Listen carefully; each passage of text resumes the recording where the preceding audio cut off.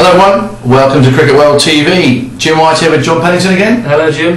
Hi there John. Now, what a week in cricket again. It was Australia Day at the start of the week and it's been Australia's Day once again against Pakistan. It really was a bit of a steamroller. It's been Australia's week, haven't they? Two very comprehensive wins over Pakistan. They're now 4-0 up in the series, and the game I suppose we're going to focus on in a bit more detail today is the fourth one-day international in Perth.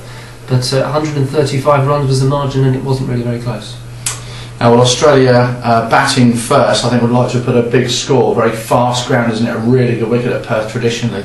And they nearly got to 300.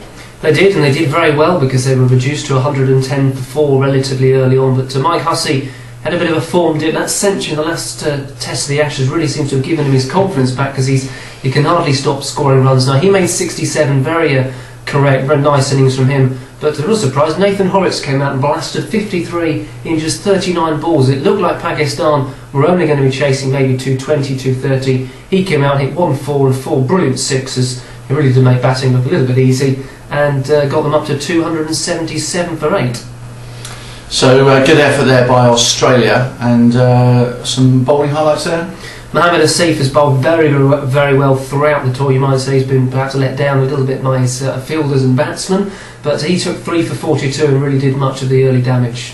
Brilliant. Okay, well, so Pakistan I think would have liked to have fancied themselves to chase this one down, really. It's not really as big a total as I said earlier that Australia would have hoped for, and I think Pakistan would have liked to have knocked this one over. Well, they would, because no team likes to continue losing. They'd never lost a game at Perth against Australia before, but they have now, because unfortunately they were bowled out for just 142. 39 for 4 they were in the early stages. A couple of wickets for Ryan Harris, a couple for Peter Siddle. There was a little bit of a rally. Umar Akmal made 38, Fawad Alam made 21. Shane Freely came in and sort of, when was it, 4 6 6 4 4 out, almost 29 in just 10 deliveries for him. And Mars was very entertaining. It wasn't really enough for Pakistan. Ryan Harris outstanding again, 5 for 19. That's 2 fifers in as many games. That does not happen very often. Yeah, some good bowls coming through for Australia now with Harris, Mackay coming back. They're looking a better and better team. They're looking exceptionally strong. Let's not forget Brett Lee, Nathan Bracken not even playing due to injury. So they continue on there. I just wanted to say that about Freeland. He had 22 or 5 balls. That's right. At one point, 2 hooked 4s over his head,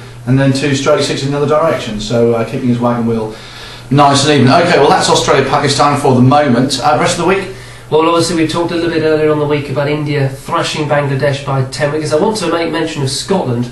A wonderful week for them. First of all, obviously they beat Kenya in the Intercontinental Cup. That takes them to the top of the table. I don't know whether Andy Murray sent them a congratulatory message or the vice versa, but it has been a wonderful week for Scottish sport in general if you take those 2 sports.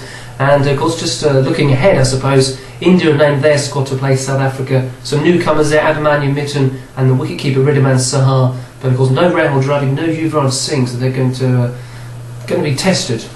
Okay. All right. So forthcoming cricket then. Well, as I say, that test series gets underway next Saturday. We've got the ICC Under-19 World Cup final tonight between Australia and Pakistan. That should be an absolute thriller. Brilliant. Well, I'm sure the older players will be watching the younger players and vice versa, I'm sure. But great wicket cricket. Thanks again, JP, for that.